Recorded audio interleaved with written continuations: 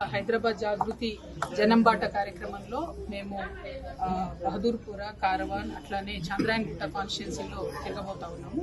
ఇక్కడ కారవాన్లో వచ్చాం. కారవాన్లో బాపు ఘాట్ ఉంది, బాపు గారి సమాధి ఉంది. ఇక్కడే త్రివేణి సంగమం ఉంది. ఉస్మాన్ సాగర్, గండిపేట్, మూసీ నదుల త్రివేణి సంగమం ఉంది. అత్యంత పవిత్రమైనటువంటి చోటు. కానీ అదే బాపు ఘాట్ ఇవాళ డ్రగ్స్ తీసుకునే వాళ్ళకి అడ్డాగా సాయంత్రం అయితే చాలు అనేకమైనటువంటి అసాంఘిక కార్యకలాపాలకు ఒక అడ్డాగా బాపు ఘాట్ మారిపోయింది. దీని మీద ఖచ్చితంగా పోలీసు వాళ్ళు దృష్టి పెట్టాలి. దీని మీద ఖచ్చితంగా ప్రభుత్వం దృష్టి పెట్టాలి. ఎందుకంటే ప్రభుత్వం ఆనాడు కేసీఆర్ గారి ప్రభుత్వం కూడా 150 అడుగుల గాంధీ విగ్రహాన్ని పెడతామని చెప్పారు. ఆ తర్వాత రేవంత్ రెడ్డి గారు వచ్చాక ఆయన కూడా మేము చేస్తామని చెప్పారు. ఇద్దరు కూడా చేయనటువంటి పరిస్థితి కనబడతా ఉంది. కాబట్టి వెంటనే బాపు ఘాట్ ని అభివృద్ధి చేయాలి. బాపు ఘాట్ ని అసాంఘిక కార్యక్రమాలు జరగకుండా బాపు ఘాట్ లో ప్రివెంట్ చేయాలని కోరుతా ఉన్నాము. దాంతో పాటు మేము ఆటోలో ఇక్కడ చాలా పాత దర్గా ఇది బగ్దాది మీర్ హుసేని దర్గా, చాలా పాపులర్, చాలా శక్తివంతమైన దర్గా. ఆటోలో వచ్చాము ఇక్కడికి. ఆటోలో రావడానికి కారణం ఏంటంటే ఒకటి ఆటో వాళ్ళ కష్టాలు ప్రభుత్వం దృష్టిలో పడాలి. ఏదైతే ఫ్రీ బస్ పెట్టారో ఆ తర్వాత ఆటో వాళ్ళకి అవుతున్నటువంటి ఇబ్బందితోని కనీసం వాళ్ళకి ఇస్తామన్న 12,000 రూపాయలు ఇవ్వాలి. ఆటో వెల్ఫేర్ బోర్డు పెట్టాలి. అట్లానే రద్దీగా ఉన్న ప్రాంతాల్లో ఆటోలు ప్రజలకు అవసరం, కానీ అవి నిలబడడానికి కనీసం ఎక్కడ ఆటో స్టాండ్ లేనటువంటి పరిస్థితి ఉంది. దాని మీద ప్రభుత్వం దృష్టి పెట్టాలని చెప్పి మేము డిమాండ్ చేస్తూ ఉన్నాం. దాంతోపాటు ఎక్కడికి వెళ్ళినా ఓల్డ్ సిటీ అంతా కూడా నీళ్లు లేవు, మురికి నీళ్ళు వస్తూ ఉన్నాయి, డ్రైనేజ్ నీళ్ళు, మురికి నీళ్ళు కలిసిపోయినాయి. పేద ప్రజలకు మీరు చెప్పినటువంటి 6 గ్యారెంటీలు ఏవి కూడా ఇవ్వలేదు. వాటి కోసం ప్రజలంతా ప్రశ్నిస్తూ ఉన్నారు. ముఖ్యంగా మహిళలు 2,500 రూపాయల కోసం ఎదురు చేస్తూ ఉన్నారు. కాబట్టి ప్రభుత్వం తక్షణమే 2,500 రూపాయలు ఆడబిడ్డలకు ఇచ్చే విధంగా ప్రయత్నం మొదలు పెట్టాలని డిమాండ్ చేస్తూ ఉన్నాం. Thank you. జై తెలంగాణ. కాంగ్రెస్ ప్రభుత్వం వచ్చిన తర్వాత మహిళల మీద దురాగతాలు కావచ్చు, మిడిల్ ఆఫ్ ద డేలో పట్టపగలు హత్యలు చేయడం కావచ్చు జరుగుతూ ఉన్నాయి. ఖమ్మంలో కూడా మొన్న సామినేని రామారావు గారు అని కార్యకర్త ఉంటే ఆయన మర్డర్ జరిగింది. సిపిఐ నాయకుడు ఉంటే ఆయన మర్డర్ జరిగింది. ఇంతవరకు కనీసం దాని మీద ముందడుగులేదు. నేను నిన్నగాక మొన్న పోయి వచ్చిన ఒక మైనారిటీ 17 సంవత్సరాల మైనారిటీ తీరని అబ్బాయి 17 సంవత్సరాల అబ్బాయిని పోలీస్ స్టేషన్కి తీసుకెళ్లి జూబ్లీహిల్స్లో 3 రోజులు పెట్టుకున్నాడు. తర్వాత అబ్బాయిని కొడితే అతను వెన్నుపూస అంతా పాడైపోయాడు. ఏమైంది అని అడుగుదామంటే కూడా డీజీపీ గారు ఇంతవరకు కనీసం అపాయింట్మెంట్ ఇవ్వనటువంటి పరిస్థితి ఉన్నది. సో మేమేమంటా ఉన్నామంటే ఏవైతే ఈ హత్యలు పెరుగుతూ ఉన్నాయో, క్రైమ్ పెరుగుతూ ఉందో దీని మీద ప్రత్యేక దృష్టి పెట్టాల్సిందే. శాంతి భద్రతల విషయంలో అయితే మహిళలు చాలా ఇబ్బంది పడుతున్నారు, భయపడుతున్నారు. నేను మొన్నటి నుంచి హైదరాబాద్లో ఎక్కడ తిరిగినా కూడా 2 ప్రాబ్లమ్స్ పెద్ద ఎత్తున చెప్తున్నారు. ఒకటి కుక్కలు కరిచేటటువంటి ప్రాబ్లం, అన్ని చోట్ల బాగా కుక్కలు ఉన్నాయి, వాటిని కనీసం పట్టేటటువంటి పరిస్థితి. 2 గంజాయి విపరీతంగా పెరిగిపోయింది. డ్రగ్స్, గంజాయి తాగి ఆడవాళ్ళు పోతుంటే ఎక్కడికక్కడ వాళ్ళని ఇబ్బంది పెట్టడం జరుగుతుంది. ఈ 2 విషయాల్లో ఫెయిల్ అయిన తర్వాత ప్రభుత్వం ఉన్నా లేనట్టే. కాబట్టి డీజీపీ గారు నేను మళ్ళొకసారి కోరుతున్నాను, మొత్తం హైదరాబాద్లో పెరుగుతున్నటువంటి డ్రగ్స్ ప్రాబ్లం కావచ్చు, కుక్కల బెడద కావచ్చు, మహిళలకు రక్షణ లేకపోవడం కావచ్చు, దీని మీద మాత్రం చర్యలు తీసుకోవాలి. రిటైర్డ్ అయిన ఉద్యోగులకు పెన్షన్ ఇవ్వడానికి డబ్బులు లేవు, ప్లస్ జనాలకు పేద ఒకటి మళ్ళీ మీరు చాలా తక్కువ వస్తారు కాబట్టి కారణానికి అందుకోసం అడుగుతున్నా. అంటే ఈ రోజు ఎంతో ప్రతిష్టాత్మకంగా ఒక కార్యక్రమం చేపట్టారు, ఫ్రెండ్లీ ఫుట్బాల్ మ్యాచ్. దానికి 10 లక్షల రూపాయలు ఒక ఫోటో తీసుకోవడానికి అఫీషియల్ గా అనౌన్స్ చేశారు. దీని మీద మీరు ఏమైనా స్పందిస్తారు? అవసరమా ఈ ఫుట్బాల్ మ్యాచ్? నేనేమంటున్నా అంటే హైదరాబాద్ ని డెఫినెట్ గా ఇంటర్నేషనల్ మ్యాప్ లో పెట్టాలి, మంచి ఈవెంట్స్ చేయాలి, తప్పులేదు.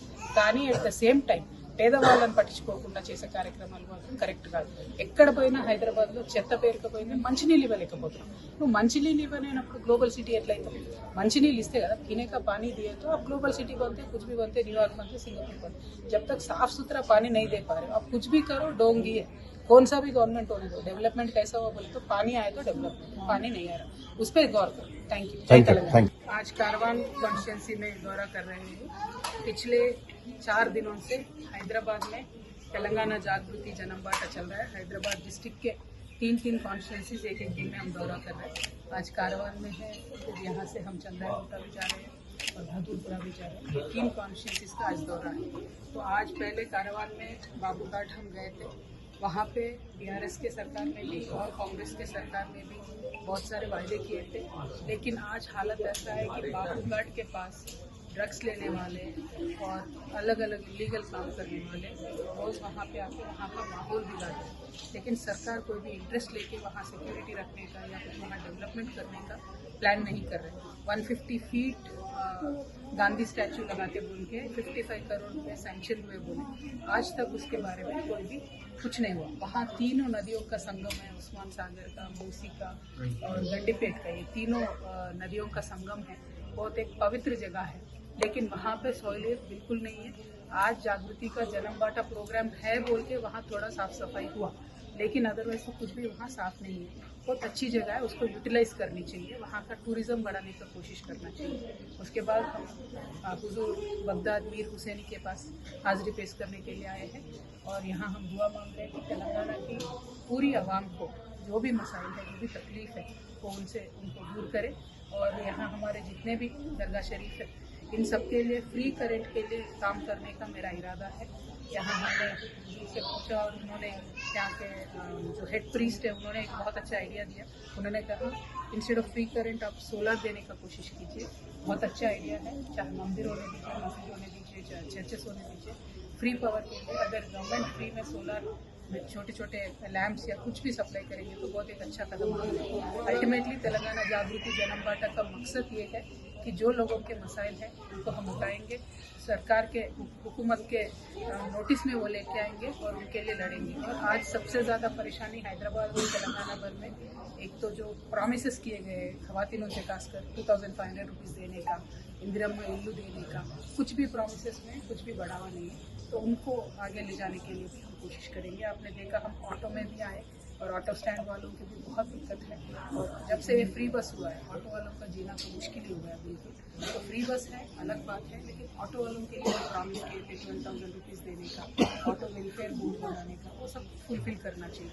अब रास्ते में हम आ रहे थे, रास्ते पे ऑटो के दुकान वाले परेशान कर रहे हैं क्योंकि उनके गिराक जाने का उनको डर है, ऑटो वाले को खड़े रहने की जगह नहीं है। तो सरकार को बीच में आके सबके बीच में एक समझौता करके अच्छा जगह देना चाहिए। ऑटो स्टैंड डिसिग्नेटेड हर एरिया में होने चाहिए, इसके वास्ते काम करना चाहिए। Thank you. जय तेलंगाना।